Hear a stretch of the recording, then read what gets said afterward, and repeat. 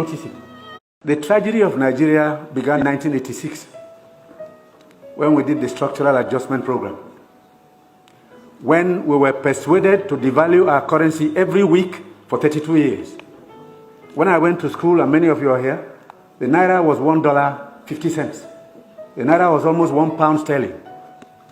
They came here, persuaded some brilliant men from Harvard and the World Bank that weekly devaluation was wonderful.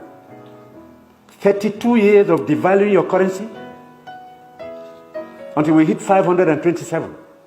And they were still telling us that the naira was still overvalued. That brought poverty, misery upon us. Then interest rates went to 30%. So nobody could build a factory, start a farm, produce anything, or create jobs. Because every time you bring in a shipload of rice, you also bring in a shipload of unemployment. Because you are transferring your wealth to sustain other economies. Somehow, Nigerians didn't notice it. So we became a nation of importers. Toothpicks. Each year it cost us $18 million. Importing toothpicks. Tomato paste, $400 million. So you talked about tomatoes now. One basket in town now is less than 2,000 naira. The farmers are losing money because the processors don't have enough funds to set up factories. They are going to do tomato paste. It's food-grade stainless steel. You can't just use anything because you'll be putting poison in people's stomachs. 2 factories have started off. I believe by the middle of next year, we can comfortably tell importers of tomato paste to stop.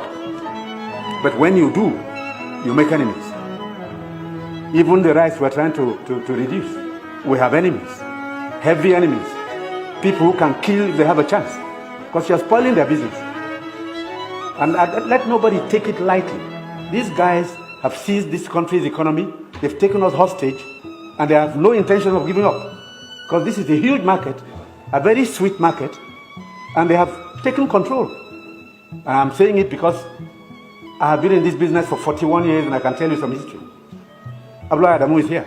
Import milk, sugar, toothpicks, toothpaste, handkerchiefs, pencils. We don't make. To cure Nigerians of that malady will take a while. It will take a strong government. That's the truth. And they are not happy that we're cutting down.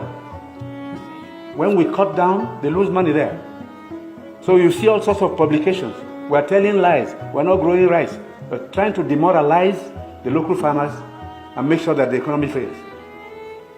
That's the story of imports. Now, I read a story recently in the newspapers.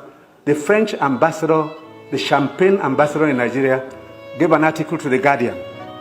He said Nigerians love life. We are the biggest consumers of champagne on planet Earth. More than the French who make it. There are parties you attend in some places where they only drink champagne. Of course, the individual is free to spend his money, but his money comes from Nigeria's commonwealth. So on imports, it will take a while for us to get used to local goods and accept that we should consume what we produce and produce what we want to consume.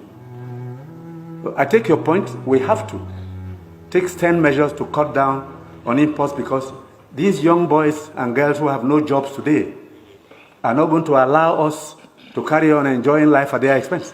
They need jobs. They need jobs. They are children. They've graduated, they've come back home to begin a second childhood because there's no factory to employ them. And the ministries can't take any more. But somebody is making sure you fail when you want to produce at home.